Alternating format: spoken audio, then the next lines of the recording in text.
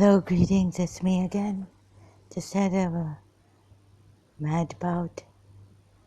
Uh, so, I have to talk about this. It's in me, it's bugging me. So, you know the Bani Quraiyza?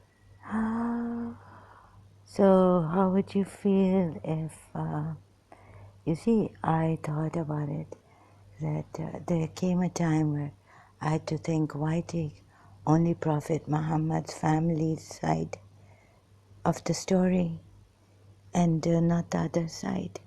So I had to look at both the sides, having family prejudices and all this, and knowing that even someone can bribe, the family member to keep quiet or provoke the family member, and they could be under duress or you can trap your family members or bribe them into something, what do you call that, like giving her fadak like Prophet Muhammad did. When I looked at it, so just an example, giving you an example about fadak. So that's why I had to look at the Sunni side, Umayyad sources side. And here it is, Wikipedia, thank you so much. I read it, Bani Quraiyza. I cannot read about it. This is Safiya bint Uwai's father. Uwai. I hope I'm pronouncing it properly. I have a hard time pronouncing that great father of hers name and her own. Isn't it rape? If you read Ibn Ishaq, what he writes, and for one moment just consider the other side. So I was thinking, like, for example, if, like it's mentioned in the Quran, that they killed buried alive their infant daughters, the pagan idol worshippers or these believers, however it is written. Anyways, the point is that the Makkans at that time, whoever they were, used to bury their daughters, infant daughters alive. So if we could have a book, or their holy scripture saying that you are allowed to bury your infant daughters or some evidence like that, we would look at that evidence and say, yeah, okay, they had a holy scripture and they believed in this. Whatever the book or something, their laws, and and if their goddess was a female goddess, how could they do this? And then looking at Khadija's life, being a businesswoman, one of the richest Quraysh woman, before the advent of Islam and all this. Let me also cover some other points, what I was thinking of that I've missed. So like that, right, for this. Like, for example, I missed out on something else also. It's coming to my mind, so let me just say it. It's the Sunni side. Sunnis say that Rasulullah was so great. He used to please this ayat given, right? Those who pretended to be believers. He used to be very pleasing and all this, right? Like he pleased his wives, and then God came and said, no, this is enough. Like he said in Surah Ahzab, this is enough. You can no more marry beautiful women who are attractive to you because they are good or something. But what your right hands possess, Surah Ahzab, verse 52. So, okay, I kind of getting shudders here. I'm just going up and down with my other tab hand. It's open to Bani Quraiyza. So I'm going to close it, and maybe right now I don't have the heart to, really. I truly don't have the heart to read this. It was enough. and the thing in my mind coming.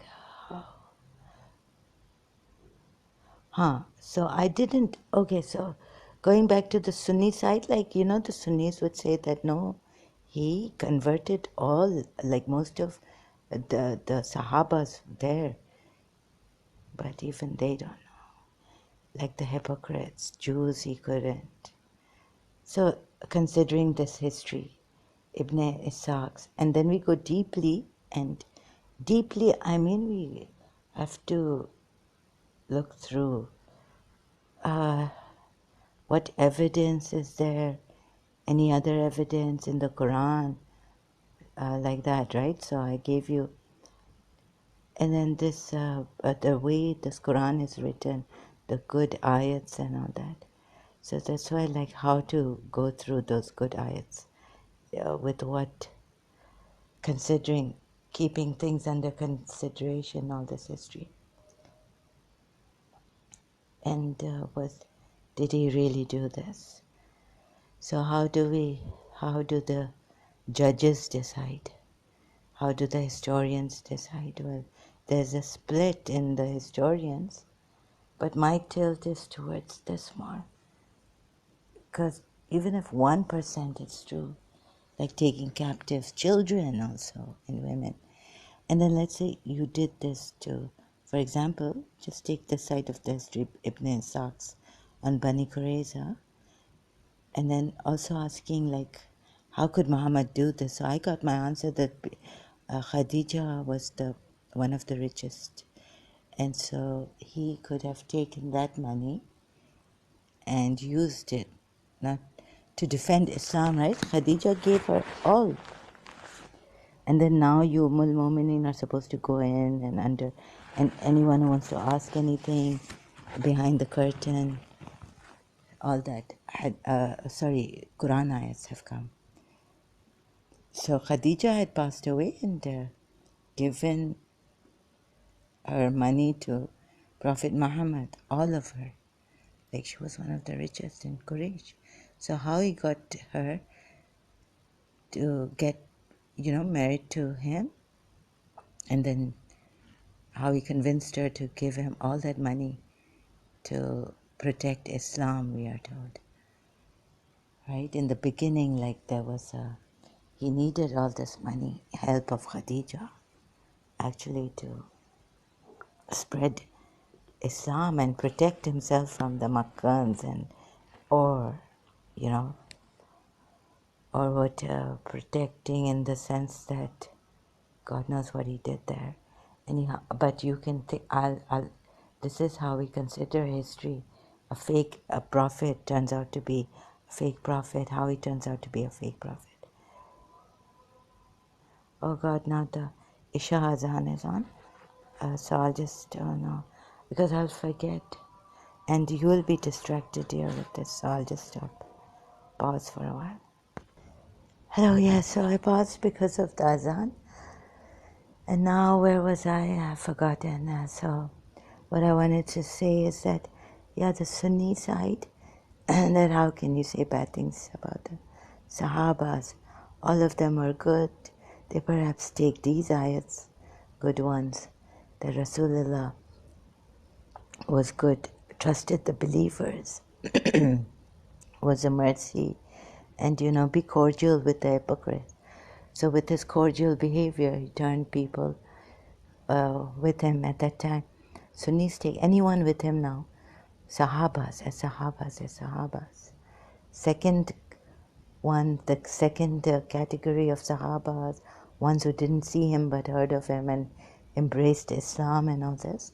So I was told by an ex-friend, like, you see, or a Muslim Sunni friend in London, this is how the Sunnis, we take it. So that's why we don't say that any Sahaba, or I read it somewhere when I was doing my research in Karachi many years back, that Sunnis take it that, how can we go wrong?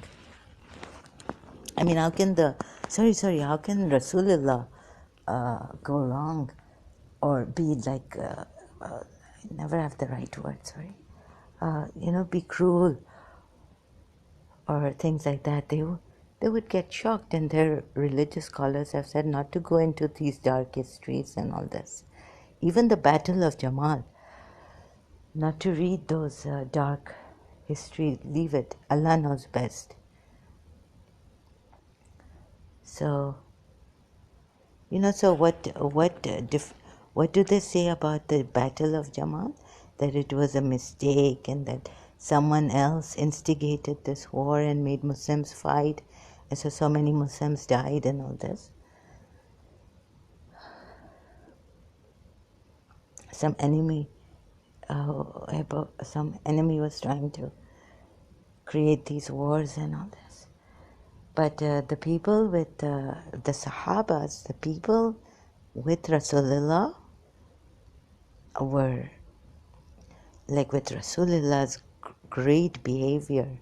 Maybe I read it when in Peshawar nights they were explaining. So, what do you say about this? He asked. Somewhere in Peshawar nights, dialogue between Sunni religious scholar and Shia religious scholar.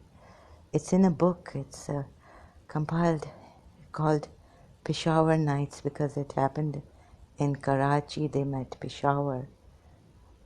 That's why it's called Peshawar Nights. Dialogue between Sunni and Shias. So, okay, and some other also point I could not explain properly, and probably even my second attempt or third attempt could be wrong.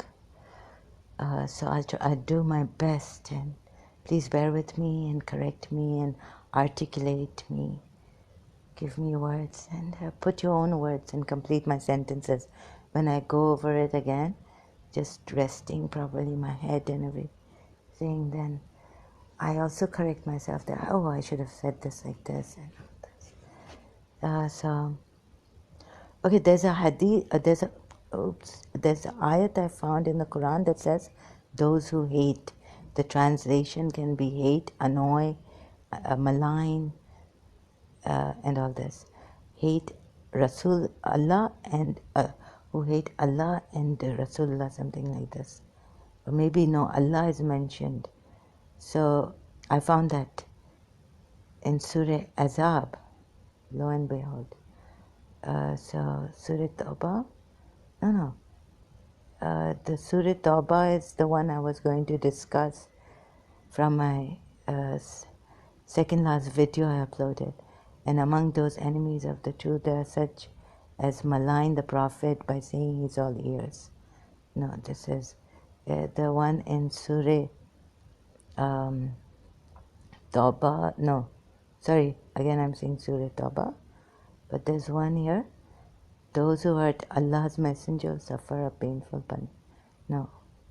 I had found it, and what have I done to this page? Now tabs. Surah Al-Ahzab. Surely those who annoy Allah and His Messenger are cursed by Allah in the world.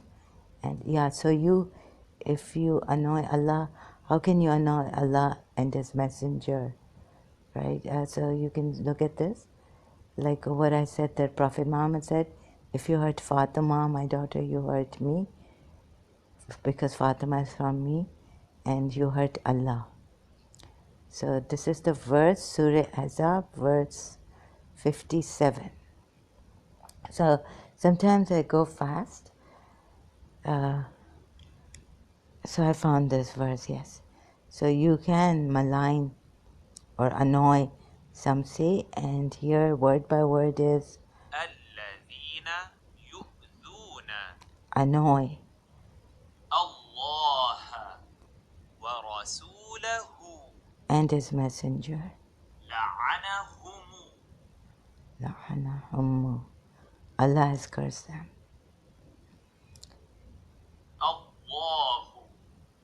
Okay, so yes, you can, like there's a verse here regarding that hadith where even in the Sunni sources I found, because of Tejani's books, reading his books and the references. I checked online. So the Sunni sources, it's there in one of the Sahihs. I don't know, Bukhari or Muslim or both, or this Abu Dawud and all that, right? So these hadiths, that if you hurt Fatima, you hurt me, and this means we just complete the sentence, Allah. So some translations like here is, who says hurt? Dr. Ghali, surely the ones who hurt Allah and His Messenger, Allah has cursed them in the present life. In the present life and the year after, and He has prepared for them a degrading torment. So, this kind of a thing could scare, and then you have to use inference now, because you can't rely on one side of, if we are Shias, so as a form, I was a Shia, so Shia say, no, when you ask about someone, you have to see how he treats his family and what his family say about him. But that's not true. Like, for example, there are family preferences and nepotism. So if you asked, let's put it to the Shias, if you ask Uthman bin Affan's family, what would they say? They would say it's the best person, right, for them, because nepotism, we say, he used to do. And this is from the Sunni sources the Shias have got. And I wonder why the Sunnis don't see this. And so, what else am I to discuss here that I've forgotten? So I'm not going to go into Bani Quraiyza thing. Just imagine, God forbid, also like children. And so what we do is take children and women taking captives. Children, stress on children.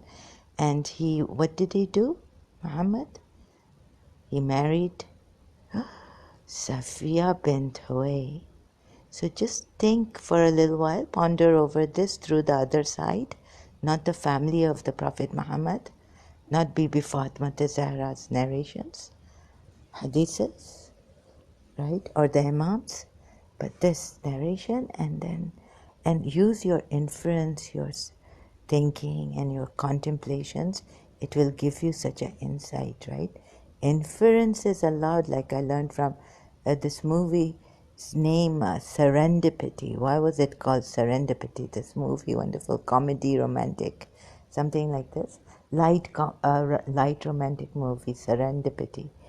So I found out this is from our Middle Eastern side, inference and all. So when there's a lack of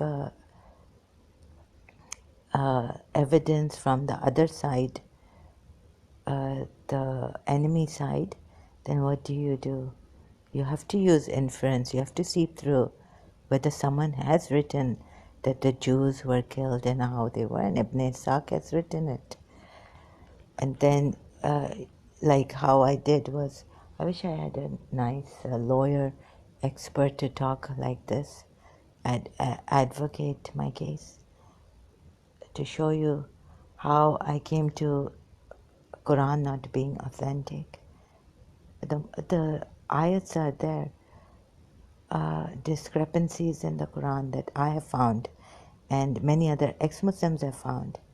So we are on haq, we are on the truth, justice, seeping through first, neutrally, scientifically observing, like a judge would, without bias or prejudice or anything else. And then see if you would want to believe in this Prophet.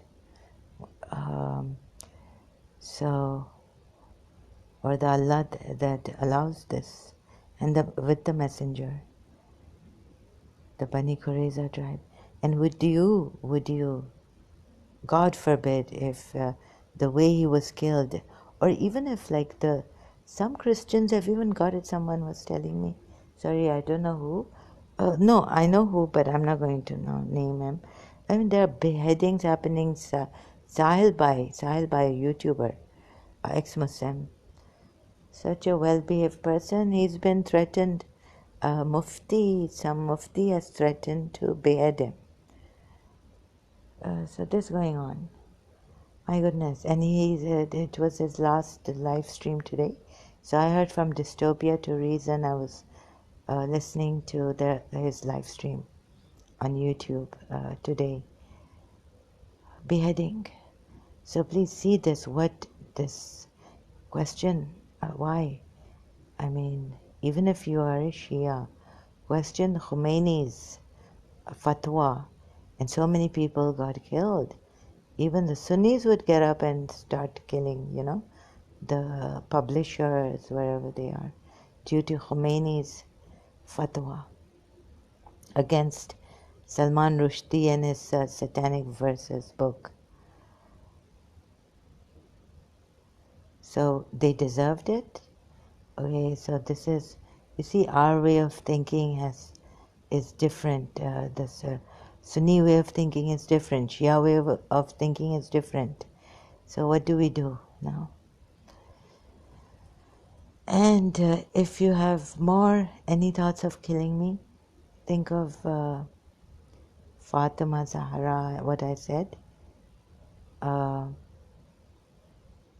Bribery, fadak given to her. And what was fadak? It was the Jews' land, cultivated and so well kept. Fadak. And this was from the spoils of the war. And then she held on to it, and she fought with Abu Bakr about it. Why didn't Abu Bakr give her?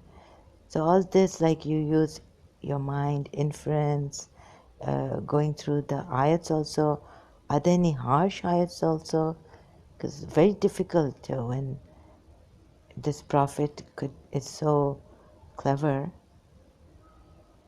Can you see this false prophet? So any humanitarian person would not do something like this to the Bani Quraiyza tribe. And if I could find something else, but I think this is enough for me. And the verses in the Quran, Surah Muhammad, strike at their necks, subdue them, and this, and the Surah Ahzab verse from 60 to 62. It is the way of Allah and these hypocrites, against these hypocrites.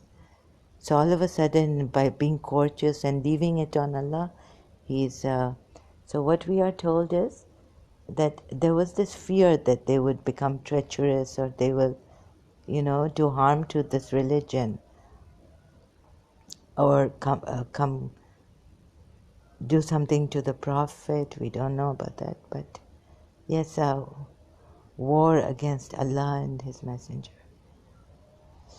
So it's very difficult. Like we would think that they've been coming after his lives, but their children and their women, leave them. No, the women can also be bad. Like we are told, Battle of Jamal, and one Jewish lady or some man, a Jewish man, he tried to do black magic on Prophet Muhammad, or poison. This lady wanted to poison Prophet Muhammad in Khaybar or somewhere. So see how these things got to us, and we believed he was a true prophet. And the ayats we did not see properly, but humanitarian cause. So ask yourselves, women, ladies, females, your children, God forbid, at that time, your father, and then he says, let me marry this father,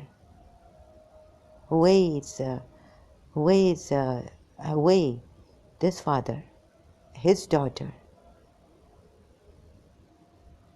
Please, isn't this rape? Rape.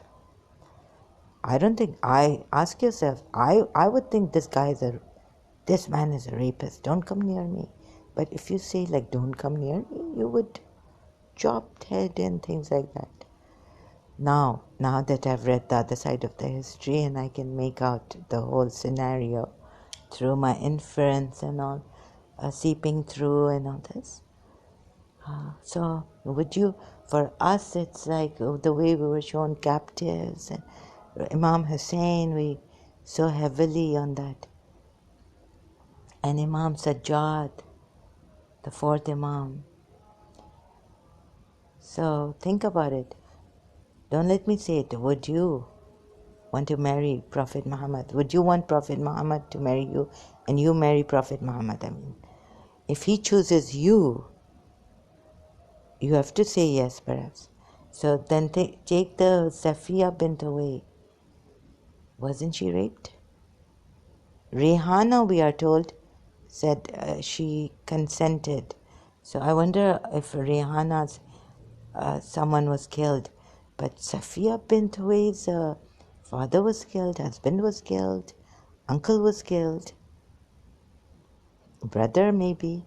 What was that? So I don't want to go through now Safiya bint Huway because I've just read a little bit about his father. I read it before also. But now when I was reading it, I see it's very difficult to read it out loud.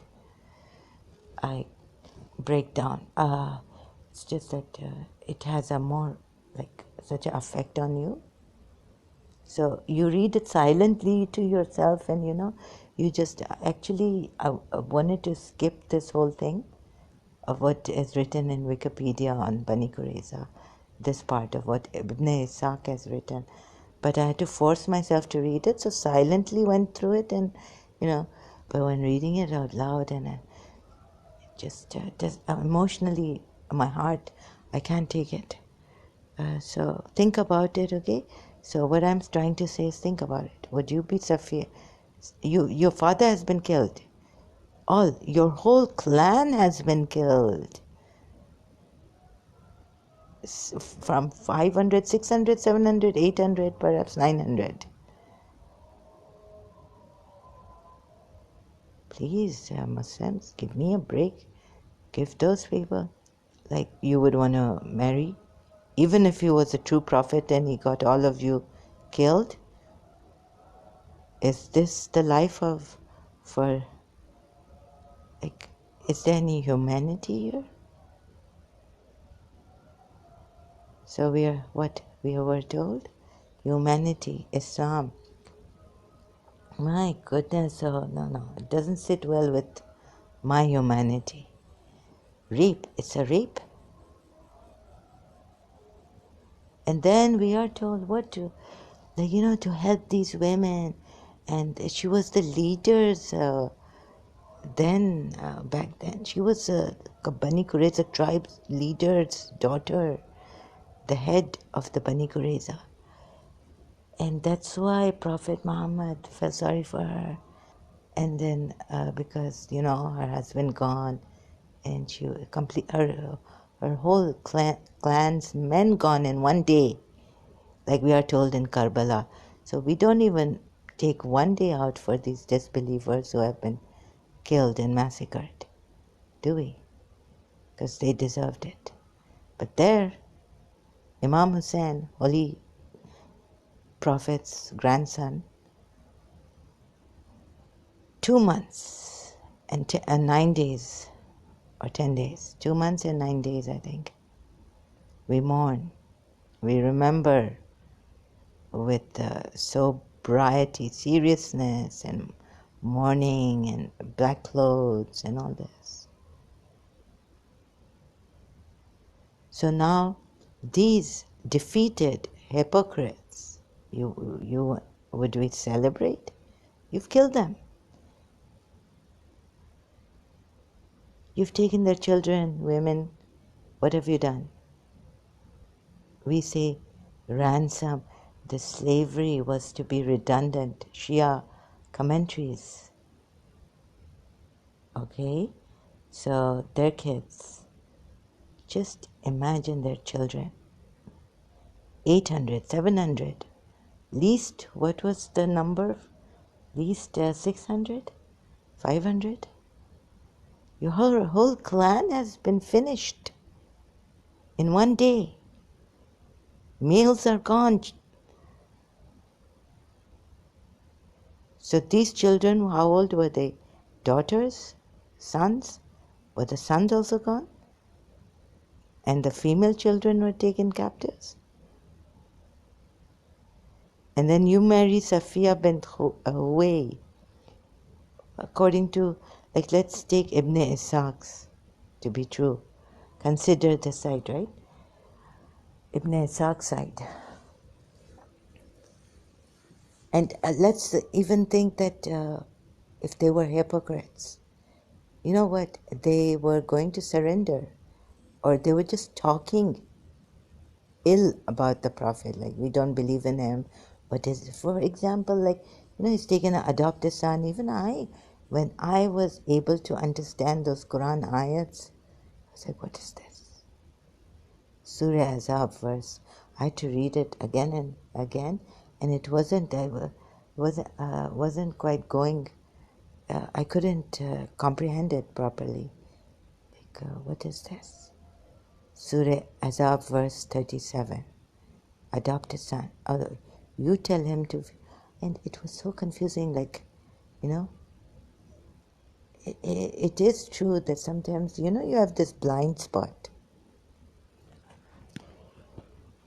but something is wrong, but you cannot say it. Finally, one day I couldn't keep it in my heart, and I told my father that, what is this about this verse? There's something wrong with this verse. He said, no, there's nothing wrong with it. And it must be the wisdom of Rasulullah. Now, what can we know? The wisdom of Rasulullah and Allah, meaning, right? So, Allah has given him that wisdom in this ayat. It didn't make sense. Anyways, then I read it again, and what is the wisdom of Rasulullah? To tell Zayd to fear Allah and keep his wife. And himself, he's hiding something. He's concealing what Allah was to reveal later on, meaning, and he is considering the people, fearing the people. Some translations are, he fears the people. You may take it as considering the people. So why is he considering? Because for their own good, but Zayd had to fear Allah. Okay, so you know how, just for 1 second, if you can see that there's a, keep your wife, this is the counselor, marriage counselor. We call our physician, our spiritual physician. So spirit is important, our soul physician is important, most important. So if your body is rotting, at least your soul is in heights so high and all this. So let me see this how.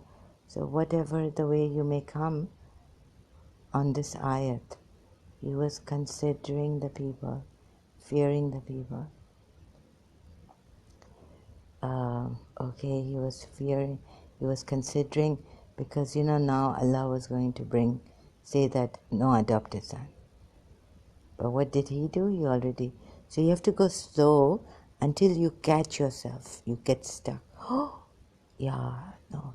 So this is a step by step you take it, and then you think, no, even if that we said that he is considering the people because he feared the people would, now back away a little further from Islam, these idol worshippers. Like we say, Moses feared.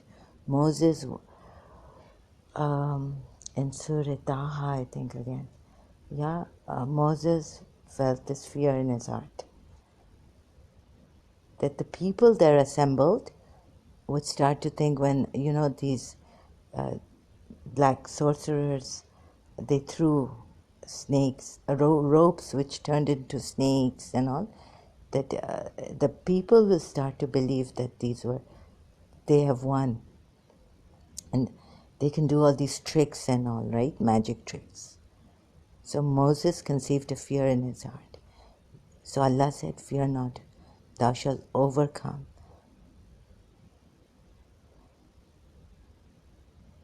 So what did he fear? The people?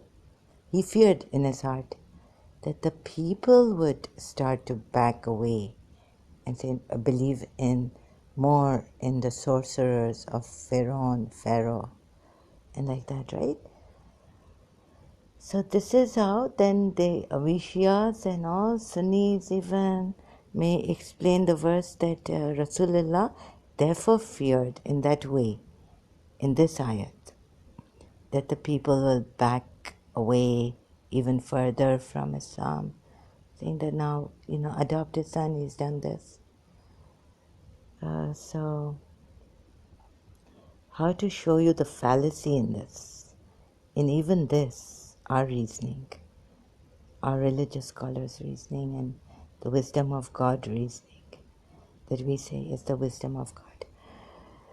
So this is what I'm thinking about, that if you come like that, and then when reading the commentary of the Shias, like the Sunnis will not come near that, but something to give to all, like from the Quran ayats, and catch them. So this one backs this Quran ayat in Surah Taha, that Moses conceived a fear in his heart about the people, meaning who would look at this magic tricks that the Pharaoh sorcerers have done and would back away. So what happened is that Allah said that do not fear. Surely you will overcome. Throw the walking stick in your right hand. It will swallow up all that the magicians have wrought. For all which the magicians have wrought is not but a deceptive artifice. Surah Taha, I can't remember the number. I'm not on it. Just remembering. So then, then we are told that on this day have the disbelievers despaired. So that was Ghadir Khum. So now, in every way, these people will now hear the Shias say, no. They backed away. They turned on their heels.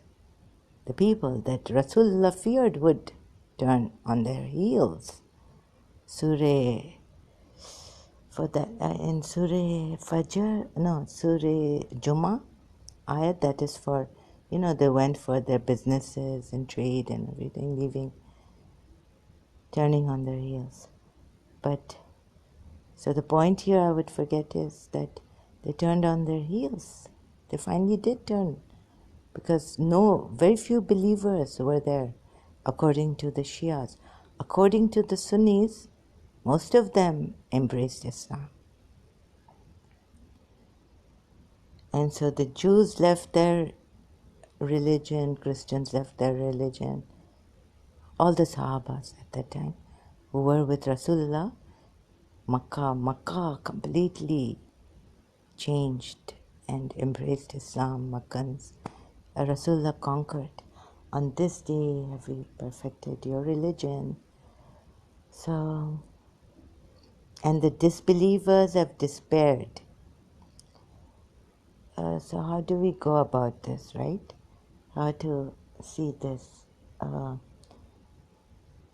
See, Rasulullah, okay, if the Shia say Rasulullah feared that the people will turn away from Islam now, that the adopted son, now the pagan Arab idol worshipper religion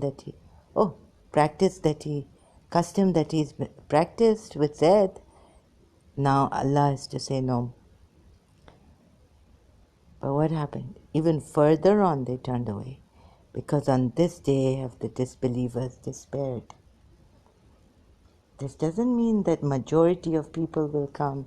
So at the embracing Islam, that would be because in the Quran ayat also we are told. What are we told? Do not think that you have done a favor by embracing Islam. So even majority doesn't count. So most of the Sunnis say this, and so how will I even convince the Sunnis, right, to see the truth that like this, in this pattern, this way. So fallacies. And then, I don't know, my mind is blank, nothing is coming right now. So as we go discovering, studying, so there's so many confusions, you see, contradiction. Maybe a Quran ayat I'm not remembering or can't remember may come later on, and then I will show you if it is for. So on this day of the disbelievers despaired. Let's check this one on this ayat. On this day have we perfected your religion. Today the faithless have despaired of your religion. Today I have perfected your religion for you, and I have completed my blessing upon you. So, according to Shias, only Imam Ali, the interpretation of the verse of Ikmal is a key point of contention between the Sunni and the Shia sects of Islam. See? So, verse of Ikmal al-Din, Wikipedia, it's a surah in Surah Maida, verse 3. So you see, today today the faithless have despaired of your religion. Meaning they can no more bring any harm to your religion.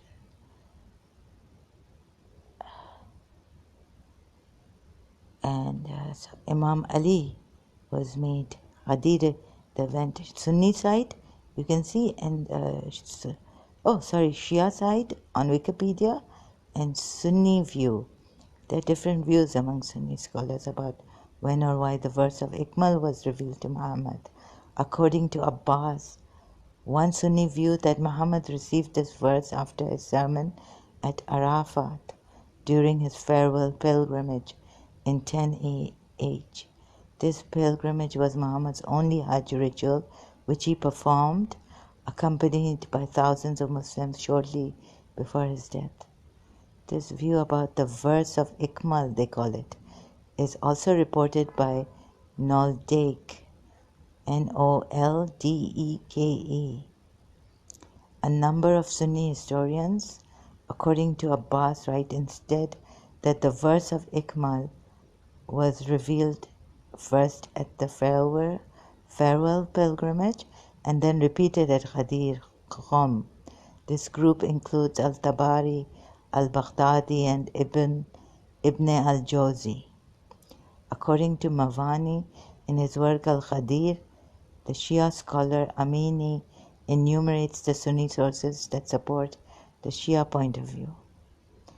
So the Riba were likely after the verse of Ikmal. Okay, Shia view. Shia sources are unanimous that the verse of Ikmal was. I know about this, so I don't have to read it. You can read it on Wikipedia, verse of Ikmal al-Din. This verse is Surah 5, verse 3 again. Okay, so I just, so today the faithless, the disbelievers, and Shia say the disbelievers, hypocrites were many, and only handful of them were with now Muhammad, Rasulullah, and Imam Ali, because Imam Ali was not even made the first caliph. So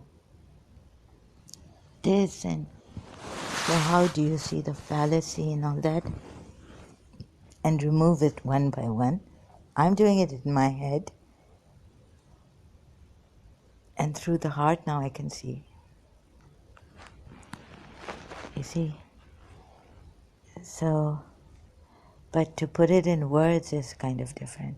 So I would need an articulate person to show you this case. That Bani Quraiyza, this. Why not take it from the Ahl al-Sunnah, the real Ahl al-Sunnah, which the Shias take it from, the progeny of Prophet Muhammad, and all this, right? So bribery, this, that. We have to see if there were times where he has given anything to his daughter, Fadak, spoils of war, and his daughter shouldn't have taken it. It is like, imagine killing a clan in one day, 800, or I don't want to go to that, sorry, 600. From some say 600, some say 700, some say 800, and some even say 900. In one day, that Khandak, or was it Tabuk, or no, sorry, what was it?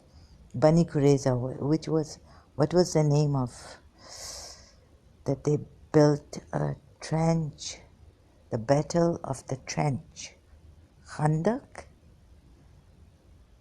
or Khaybar? Khandak? Here Khandak. Bani Quraiyza, the Battle of the Trench, Wikipedia. You see? So, one day. Okay, if you take the minimum, did it say 600?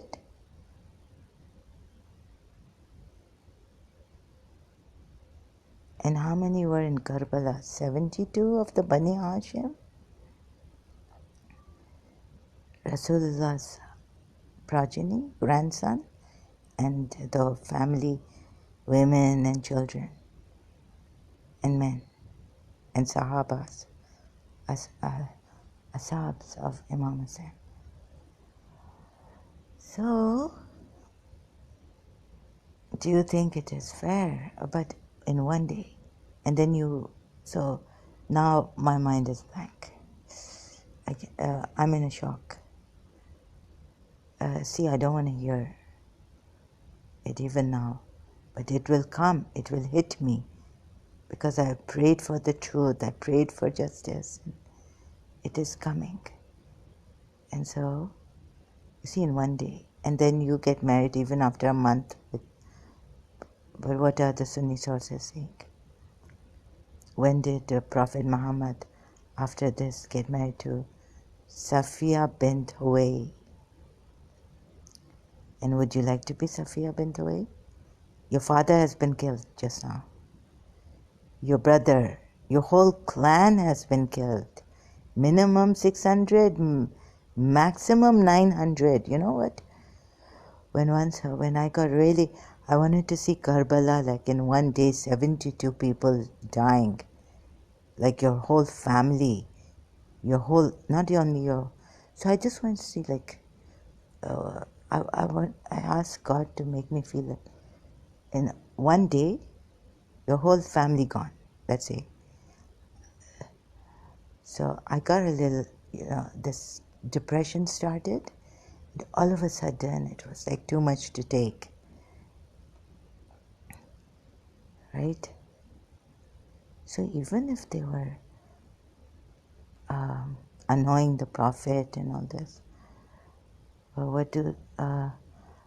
see, I'm not going to go and see what do the Shia say. I'm looking at this side now. And so, what humanity we have, right? They're going to go to hell, burn there forever, even after this. Brutal butchering. And we are told in Surah Ahzab, you can massacre them with a complete massacring. Slain and slaughtered. Found, captured, seized, slain and slaughtered. And Aka Mehdi Puya, with due respect to him, says that never in Muhammad's life has this been reported. This kind of, that was Allah's way, we are told in verse 62. And if you read about the Bani Quraiyza tribe and you find some remnants, evidence, which is so in detail, which is so gruesome. And how many? 800? 900 maximum. People, Bani Quraiyza, 600 minimum. How would you feel? And then Prophet Muhammad marries you. Rape is rape.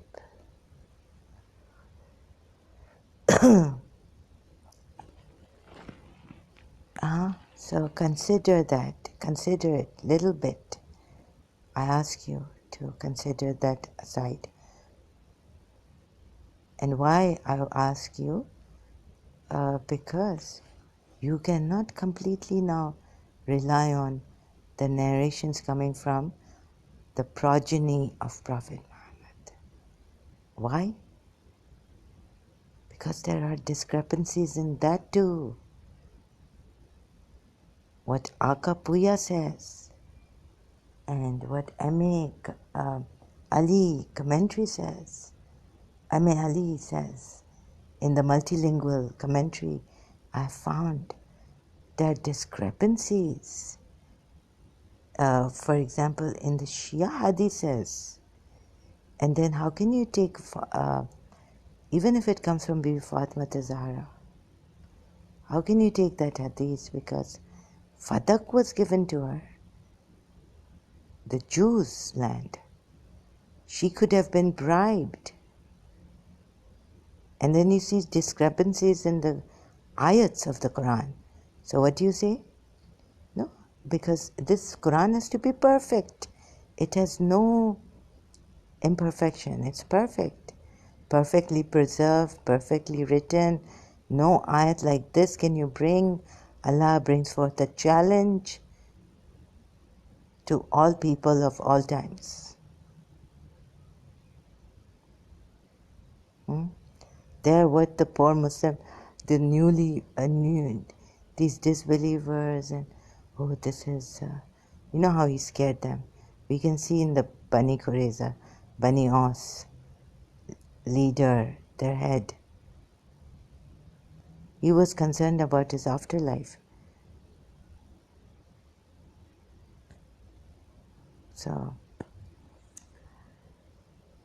and so, read between the lines, please. So, and see if this is not lopsided and biased, and this is a false prophet.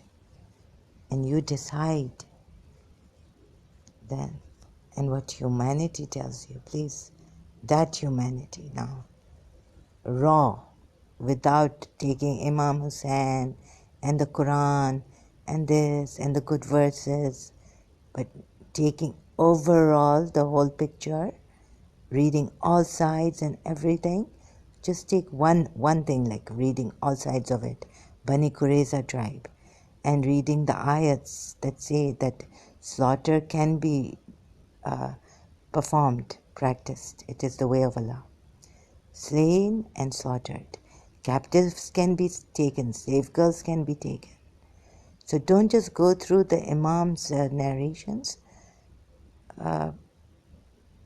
reported and in the under the verses, but do your own research and find out. For example, just take one ayat like this, like I'm doing. If you can't do the whole complete research, burn all our bridges, all your bridges. So, and then you decide what I have seen is right or wrong, and whether this is a false prophet or a true prophet.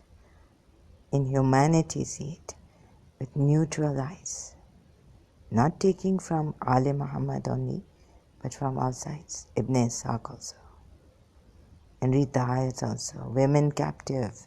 Is there ayats slave girls can be taken captives? And where it says Islam made it redundant, like you can ransom. That's okay, that the Imams have said that our followers will never leave us, even they want to be our slaves. Under which ayat was that commentary? So, but read what happens, what your right hands possess, what the men can do to these slave girls, and what your right hands possess. And then you can also read the good ayats in Surah Nisa, but also don't forget to read the other side, the other ayats. You see, you may be saying, but Zara, there are these good ayats there, be kind, loving, this, that, and set these slaves ransom. And but I'm telling you that there's bad ayats also. So what do you say? Stop, think. What do you say about these ayats? These cruel ones, these bad ayats, the discrepancies in the Quran. What do you say about them? That they shouldn't be there, right? You would come to that conclusion that it is not in real humanity. And the humanity we were made to believe in by the sacrifice of Imam Hussein and all this, that was, we were made to believe that or see that they were oppressed and all this. But actually humanity is with those others, Jews. And the Quran ayats are not humanitarian at times. So you please consider those ayats, because good ayats are there. Even I was a Muslim, I was a Shia. But why are these bad ayats there? Where you can, even if the hypocrites are terrible, but are they, even if they were coming after your life or something, you wouldn't kill 800, 900, 600 minimum in one day, would you? And slay and slaughter them. Would it make sense? And the captives, female captives, and their ages, you can get married, divorce. When you divorce, that ayat where the female has not yet come of age, menstruation period. So what are we told? She has to also wait for this iddah. We are told that the Muslims could get married to those females who had not come of age, such children. But there we are told Arabia and the spices and the atmosphere, the environment, the weather, they grew mature very quickly. Oh no, so please no. But that's before the age of menstruation. It is written that the ayat is given. So you see in Surah, under divorce is it, or in Surah Nisa is it the ayat given? You can see. Or Surah Talaq, where's the ayat given? Sorry, I'm forgetting that. You can check that. Would you like your daughter to be married to a Muslim before her menstruation?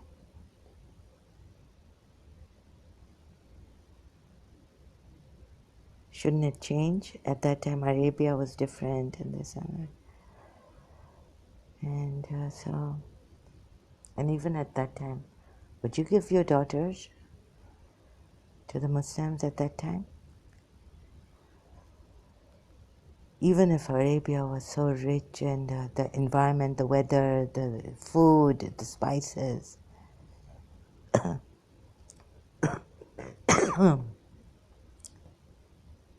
I wouldn't. A 50-year-old, ever young, yes, he's ever young, he's a prophet, he's youthful. And so see, you can give me all these counter arguments and reasons. So it is a very difficult case for the side that I see is true. Oppressed, truly humanitarian, truly just, living peacefully. And Muhammad Rasulullah gave them such a life that I cannot even. It's like a tyrant. Like what we thought of Yazid. And Yazid was better than this Rasulullah. That Ibn Ishaq talks about what he did to Bani Quraiyza. and what these ayats speak about later on. And it's true what they say, that the later ayats, first he was lenient and then he became like this. So we are told, what is your, they deserved it.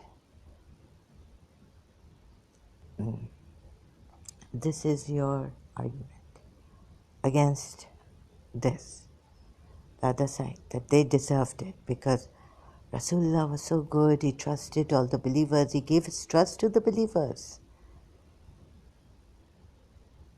So like that also overall you would counter argue me. Okay. So so see, it's so difficult if you see it in this way and then I give it to you from this the other way. Very difficult to prove that this Prophet Muhammad was a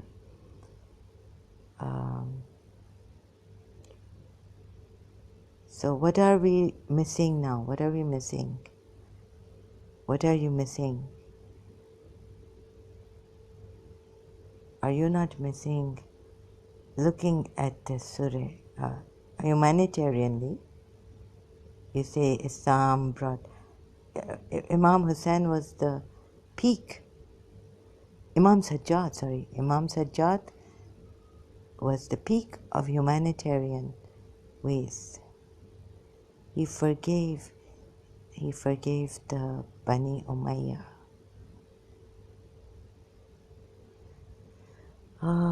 And invited them for dinner, a meal. Okay. Surah Muhammad ayat. Surah Muhammad, go to,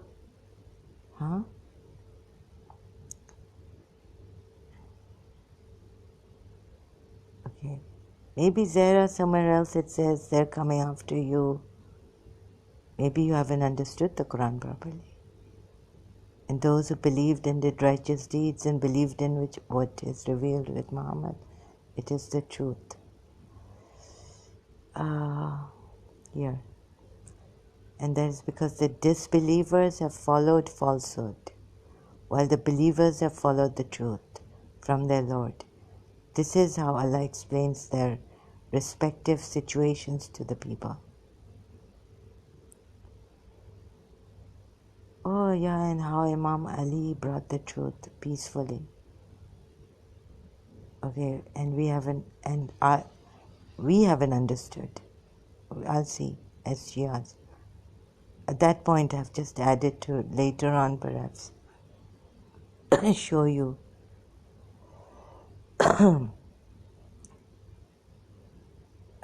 We say that the Jews, disbelievers, hypocrites, hated Imam Ali.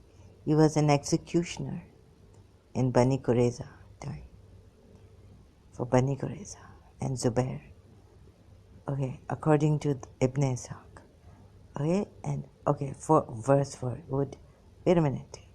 This is because those who disbelieved followed falsehood, whereas those who believed followed the truth that came to them from their Lord. Thus does Allah set forth to people parables, showing the true state. Verse 4, so when you encounter those who disbelieve, who encounters those who disbelieve? Okay, encountering. Is this a confrontation? This is like in a battle. So when you encounter those who disbelieve, Mufti Taqi Usmani, please see which translation shall we take. Let's go Quran word by word. So when you meeting those who disbelieve, then strike the necks until when you have subdued them. You have subdued them. Then bind firmly the bond, meaning all these, how we were told, the captives, they left Karbala. They started after but their, I mean, how do you say this, when they were leaving Karbala,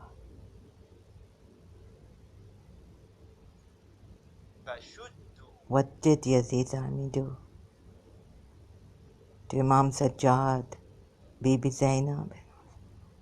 Then bind firmly the bond. Then either a favor afterwards. Ba'du, afterwards. Or after you have bound them firmly, you have struck at their necks, like you have overcome them now. This is no fight. Does this seem like a battle?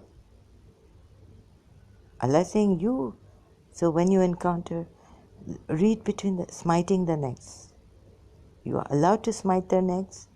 When you have broken their strength thoroughly, then tie fast the bond by making them captives in brackets, you see.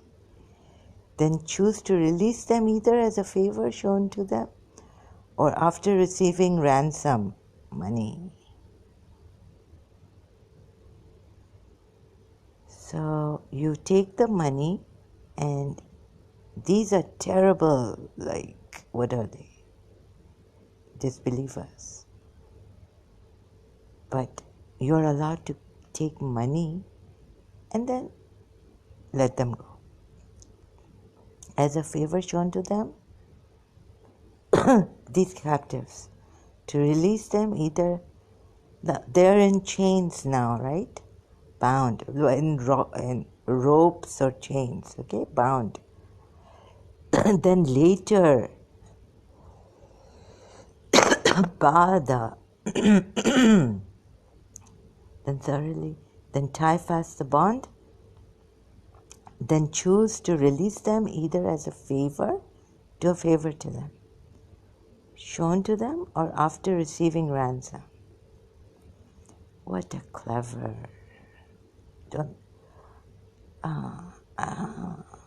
after receiving ransom.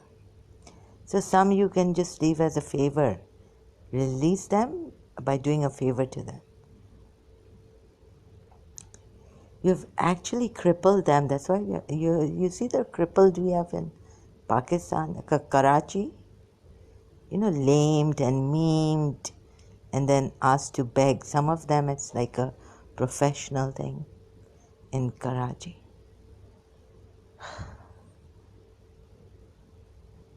You have maimed, smiting their necks, like aim at smiting the necks until when you have broken their strength. Like, Kala, you smite,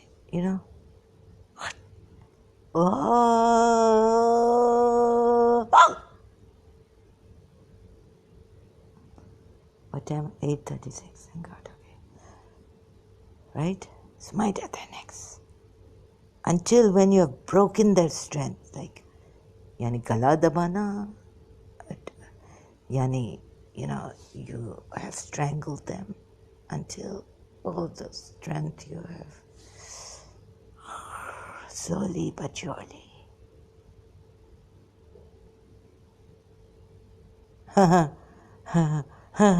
Oh my God. Please go slowly, contemplate, and then I will come back because I'm also tired. Yani, smiting their necks until when you have broken their strength. This is Mufti Taqi Usmani. I mean, how many times have I read this verse? But now we're going slowly. So when you meet the ones who have disbelieved, then it is striking of the necks until when you have subjugated wrongly, in brackets, now this one, Dr. Khali, translation. In brackets, the wrongly understood by Arbery and others to mean slaughter. Slaughter them. Quran.com, what is this? Ya Muslims, what is this? Musliman, Mu'mineen, Mu'minat, them. Here now there's some other thing added, slaughter. Then oppose the bonds, taking them captives. How can you slaughter? That was wrongly understood. Okay. Why am I doing this to my neck?